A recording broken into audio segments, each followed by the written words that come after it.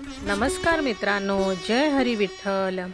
आज आपण महाराष्ट्रातील सर्वात पवित्र आणि भक्तिमय सणांपैकी एक असलेल्या आषाढी एकादशी विषयी सविस्तर माहिती जाणून घेणार आहोत।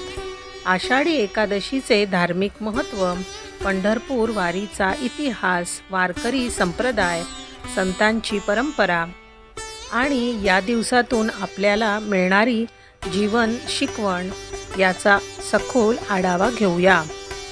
हिंदू पंचांगानुसार आषाढ महिन्याच्या शुक्ल पक्षातील एकादशीला आषाढी एकादशी किंवा देवशयनी एकादशी असे म्हटले जाते।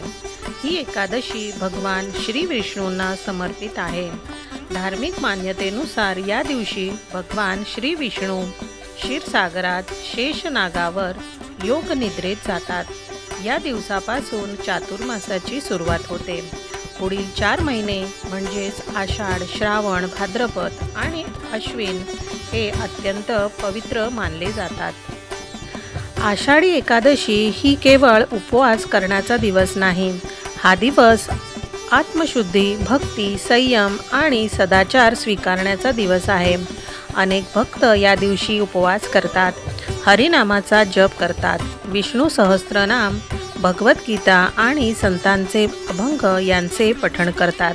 मनातील वाईट विचार दूर करून ईश्वर भक्तीचा मार्ग स्वीकारण्याची प्रेरणा हा दिवस देतो। महाराष्ट्रातील सोलापूर जिल्ह्यातील पंढरपूर हे श्री विठ्ठल रुक्मिणीचे पवित्र क्षेत्र आहे। येथे विटेवर उभे असलेले भगवान विठ्ठल हे लाखो भक्तांचे आराध्य दैवत आहे।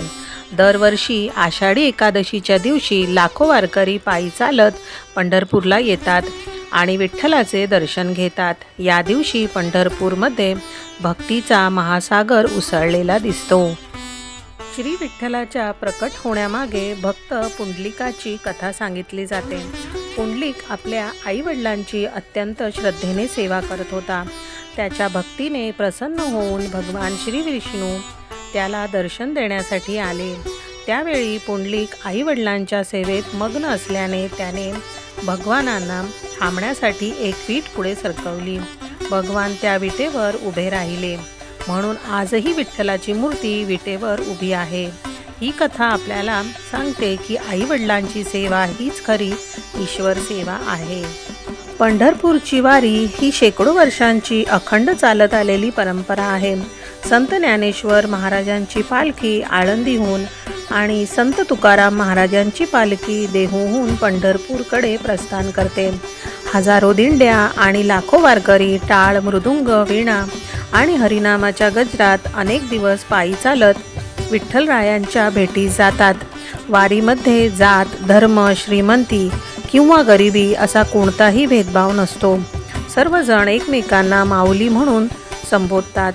समता, प्रेम, सेवा आणि बंधुभाव याचा सुंदर संगम म्हणजे पंढरपूरची वारी होय।